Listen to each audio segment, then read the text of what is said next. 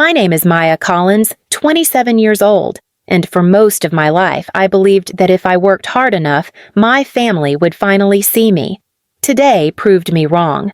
The University of Denver Stadium shimmered under the May sun, 1,000 Navy gowns swaying like waves. The announcer's voice cracked through the speakers. Maya Elaine Collins, Master of Data Analytics. That was my moment. But when I turned toward the reserved for family row, sunlight hit nothing but cold metal. The seats that should have held my mother, Susan, my father, Mark, and my little sister, Lila, were empty, just paper programs fluttering in the breeze. All around me, phones rose like tiny spotlights as other families cheered and cried. A boy 2 rows over waved at his mom through tears. Someone's grandma screamed. "That's my baby," I smiled for the photographer. The kind of practiced grin you give when the world expects you to be grateful.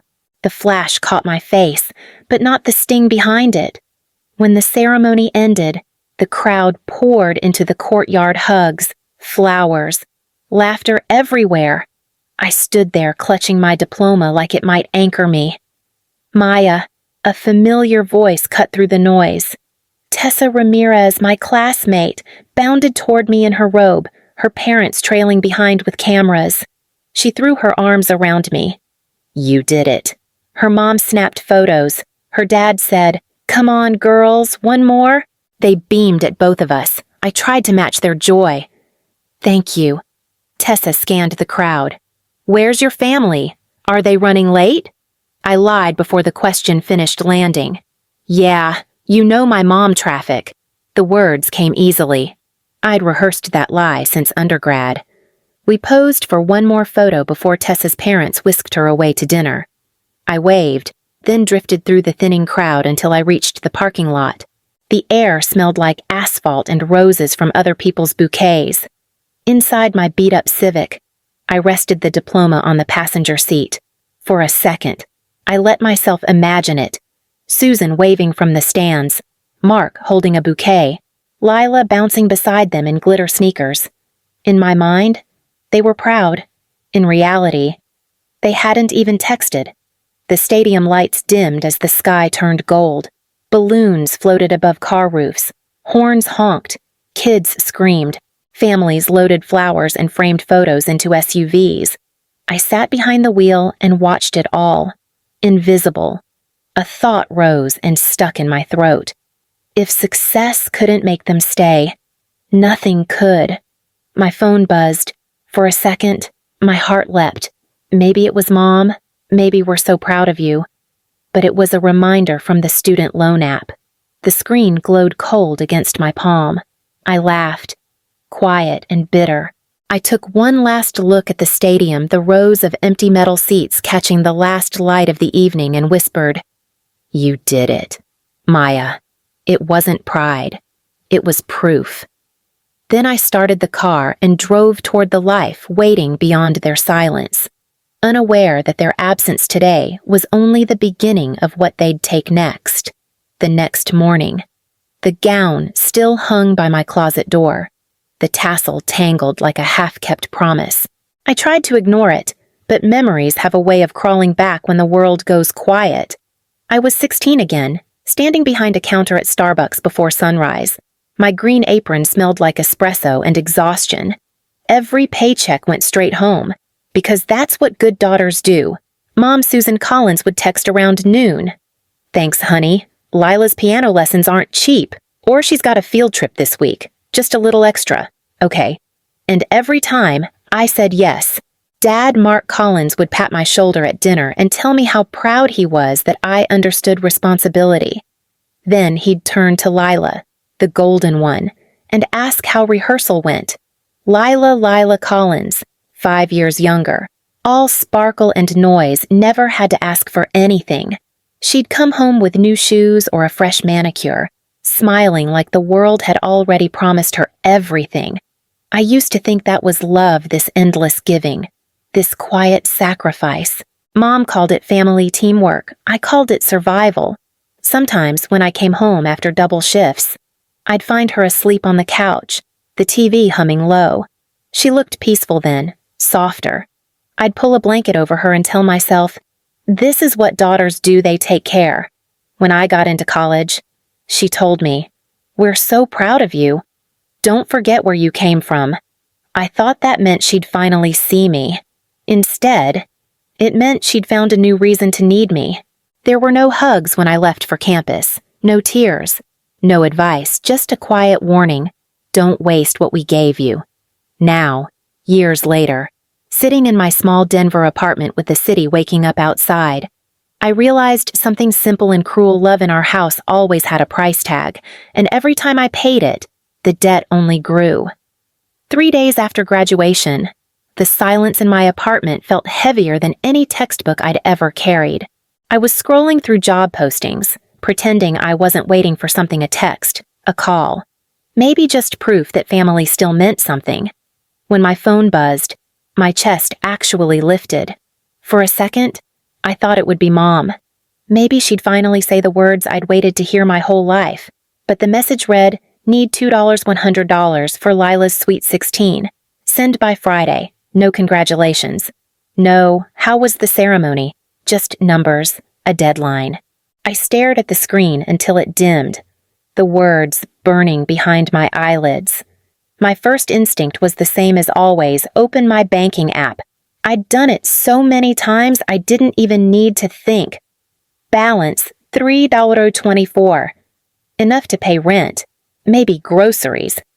If I stretched, I almost typed the transfer. My thumb hovered over the keypad, muscle memory from years of being the dependable one. I could already hear Mom's voice if I refused, ungrateful, selfish, after all we've done for you. I set the phone down, stood up, paced the room. My reflection in the window looked like a ghost of someone who kept apologizing for existing. Inside my head, the arguments played out like they always did.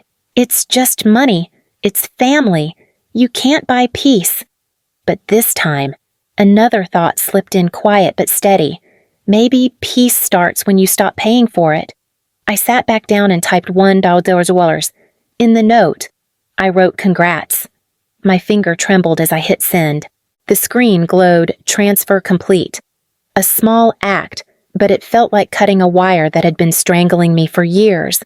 I waited for her reply. 10 minutes. 20. Nothing. Just the still hum of the refrigerator and the faint noise of traffic below. It wasn't silence that scared me anymore. It was how right it felt.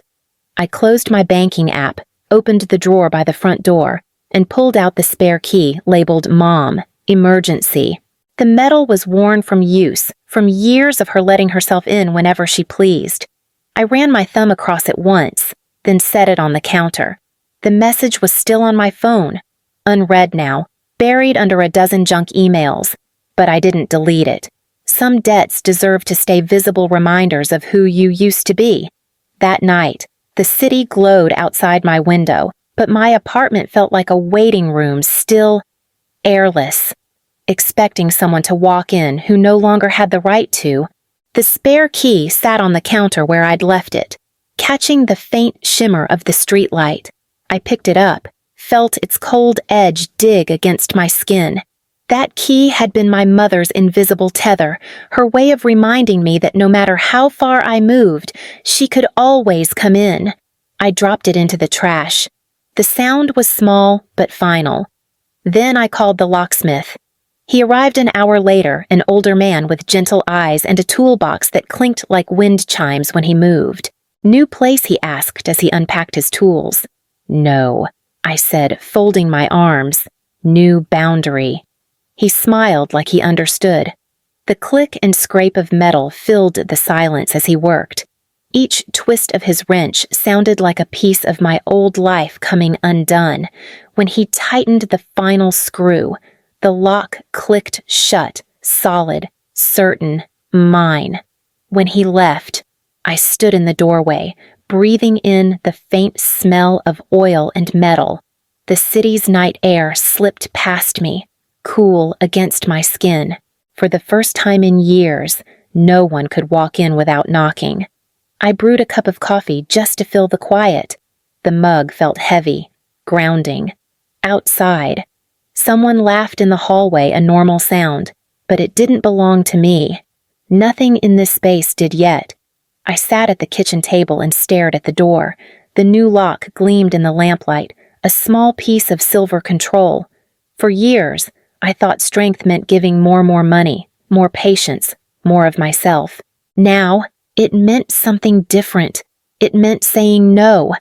I didn't realize it then, but that small act, a lock, a key, a moment of silence would be the start of everything that came after, because peace has a sound.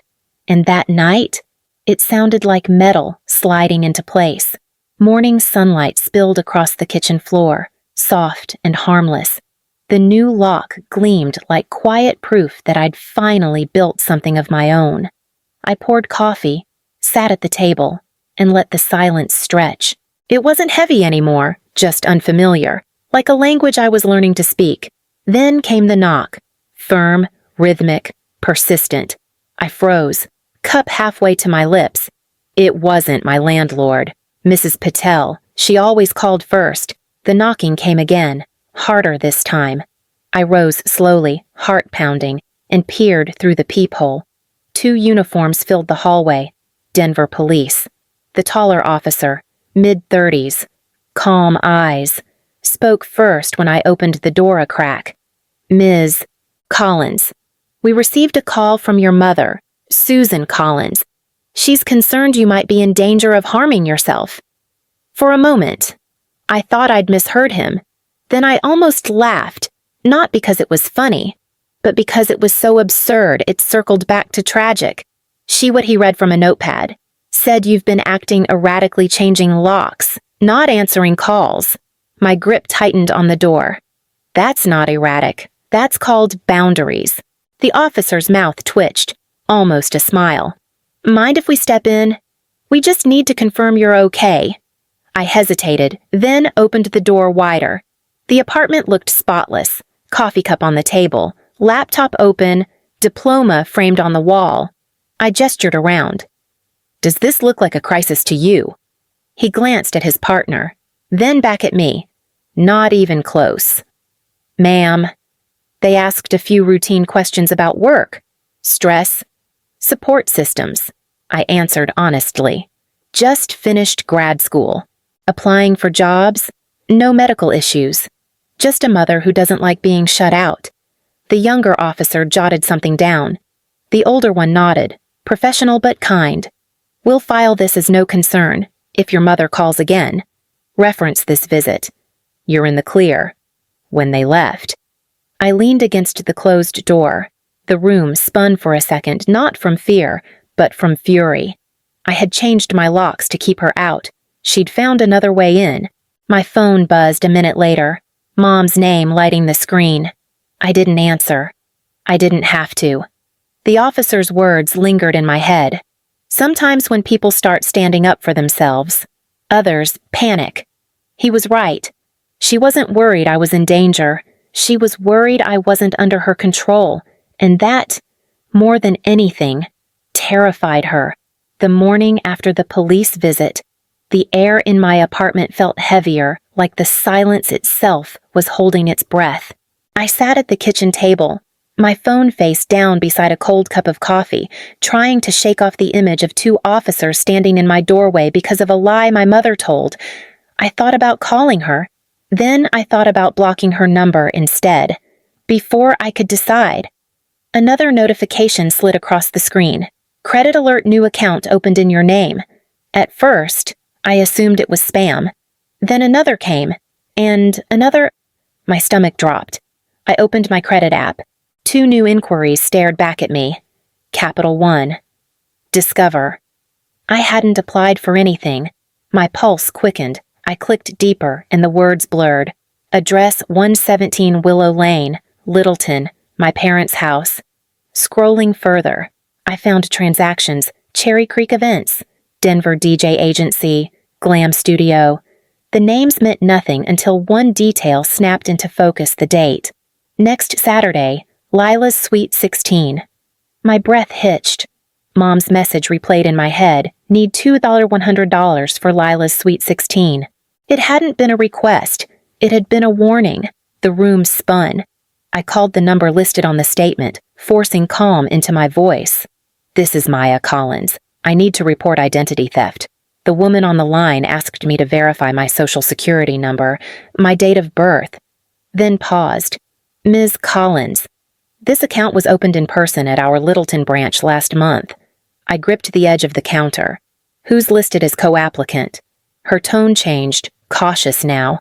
"Susan M. Collins." For a heartbeat, everything went still. Even the refrigerator hum seemed to stop. "Thank you," I said quietly.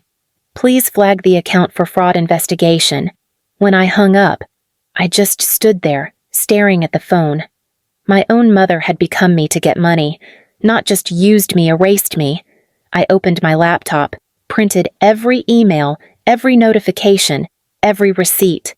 The sound of the printer filled the apartment like a ticking clock. When the last page slid out, I opened my voice recorder. In Colorado, one-party consent meant I could legally record the next call. I dialed her number. She answered on the third ring, voice sharp. "So you're alive." "Hi, Mom," I said evenly.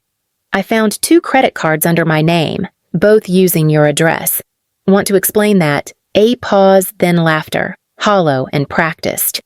"Oh, that. I was helping you build credit. Honey, you should be grateful. It's family money." "What's mine is mine," I said softly. "And what's yours is under investigation." Silence. Then a sharp inhale. "You wouldn't dare." I already did. I ended the call, saved the recording, and labeled it Boundaries, May 17th. Outside, traffic moved on as if nothing had changed, but in that moment, everything had, because love that requires theft isn't love, it's control, and I was done paying for it.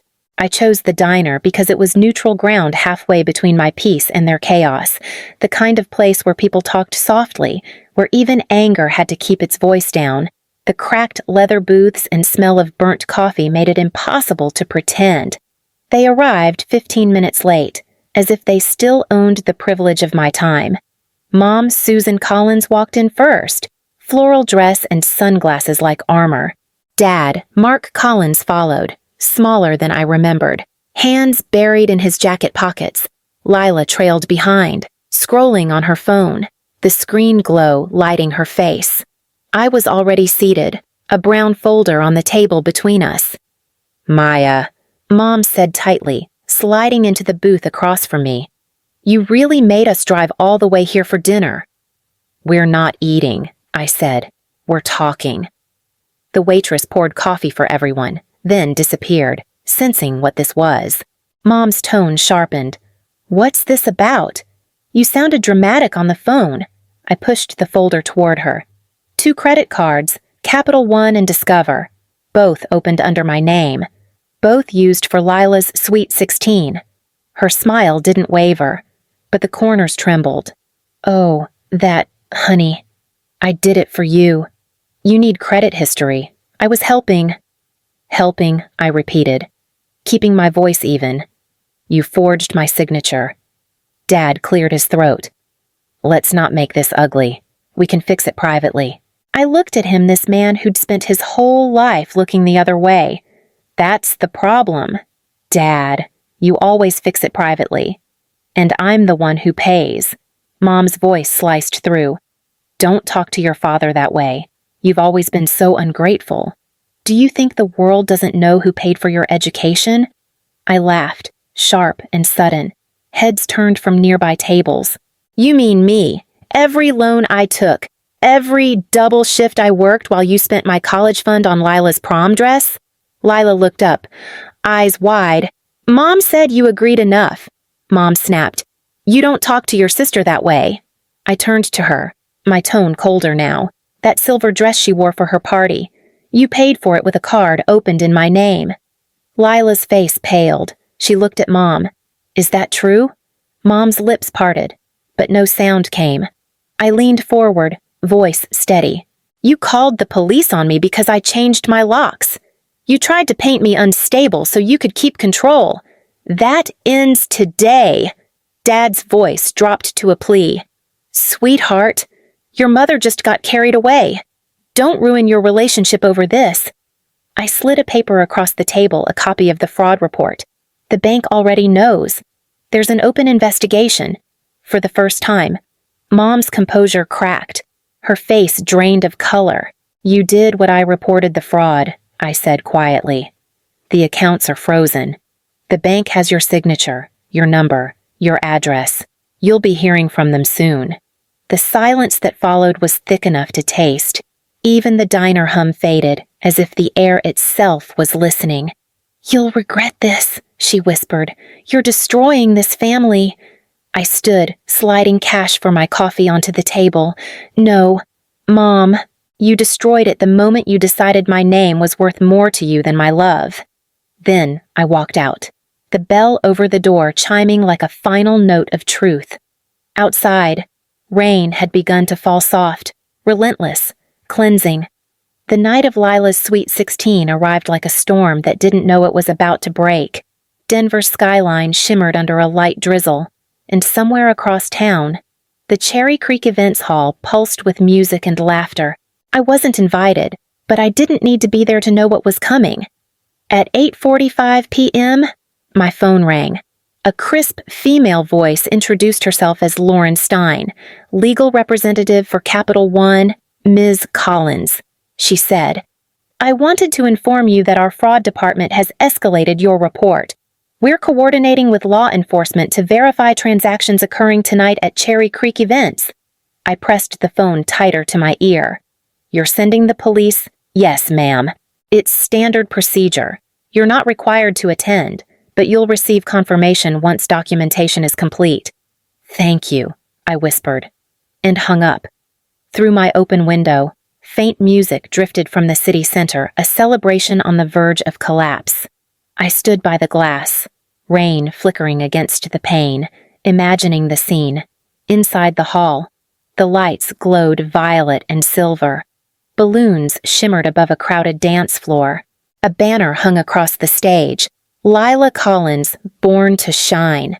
Mom, Susan Collins, stood by the cake table, her practiced smile bright enough to hide the guilt beneath it. Dad hovered beside her, clapping politely, pretending he belonged in the picture. Lila sparkled in her silver dress, the one that cost my credit score. Cameras flashed as she twirled, basking in attention she didn't know was borrowed. Then the doors opened. 2 officers stepped in, followed by a man in a charcoal suit carrying a leather folder. The DJ's music faltered, fading into uneasy silence. Conversations thinned into whispers. The taller officer spoke first, voice calm but firm. Good evening. We're here to verify a report of credit card fraud associated with this event.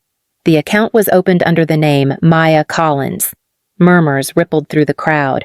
Someone near the back whispered, Isn't that her sister? Mom froze, her hand tightening around the edge of the table.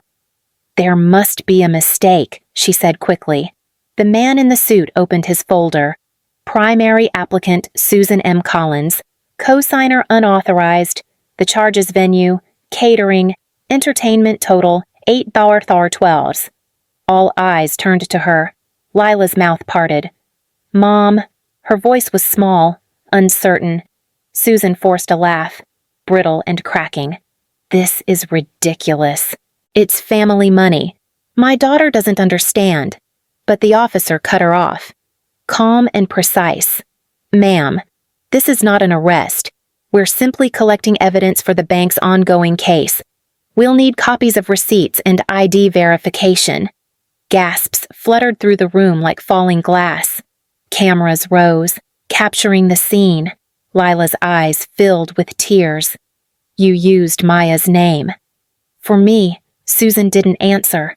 Dad stepped forward, reaching for her arm. Susan, let's go. His voice trembled. The banner above them sagged under the humidity.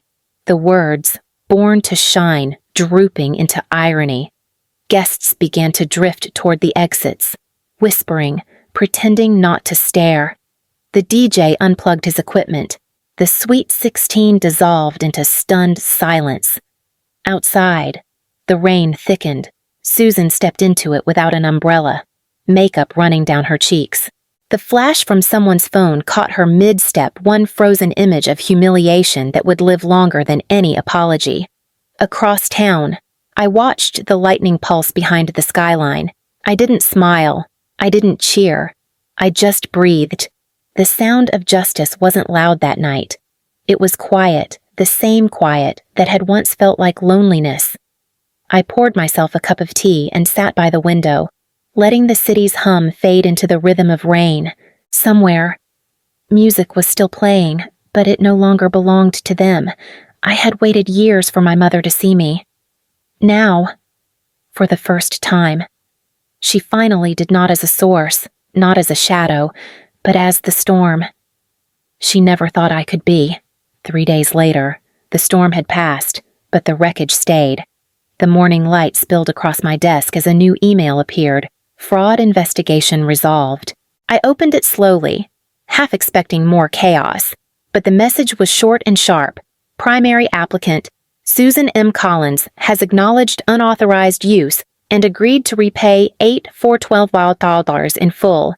Just one sentence, no apology, no explanation, just the truth. Finally, on paper. By evening, the story had spread through Littleton faster than the rain ever could. In grocery aisles and church pews, whispers bloomed. Did you hear about the Collins family? Something with a bank and the Sweet 16. Someone posted a 30-second clip from the party flashing lights. Police at the door. Lila crying it hit 500,000 views before she locked her accounts. Dad was quietly reprimanded at work for letting personal mail go through his company address. Lila withdrew from social media completely. And Mom, she didn't call. Not once. For once. I didn't feel guilty for the silence. I didn't owe anyone my peace anymore. I printed 3 documents and pinned them on the wall beside my framed diploma, the fraud resolution letter, the locksmith's receipt, and my graduation photo. Proof of effort, proof of protection, proof of freedom. I sat on the floor beneath them, the hum of the city filling the quiet spaces. For years, I thought silence was punishment, the sound of being forgotten. Now, I understood it was victory, because peace doesn't always announce itself.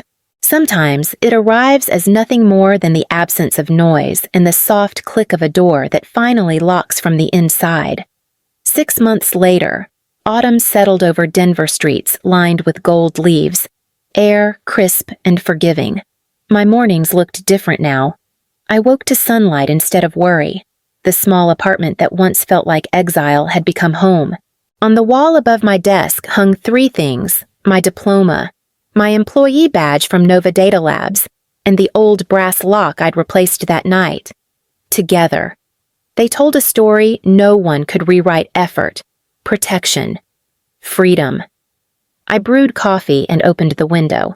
The light hit the new lock on my door, catching the same glint I'd once seen on those empty graduation seats. Back then, that light burned. Now, it shined. Sometimes, I still thought of them not with anger, just distance. Maybe one day they'd understand that boundaries weren't walls. They were doors meant to stay closed until someone learned how to knock. I turned toward the camera on my laptop, ready to record another story, and smiled. If you've ever had to set a boundary just to breathe again, I said softly, you're not alone.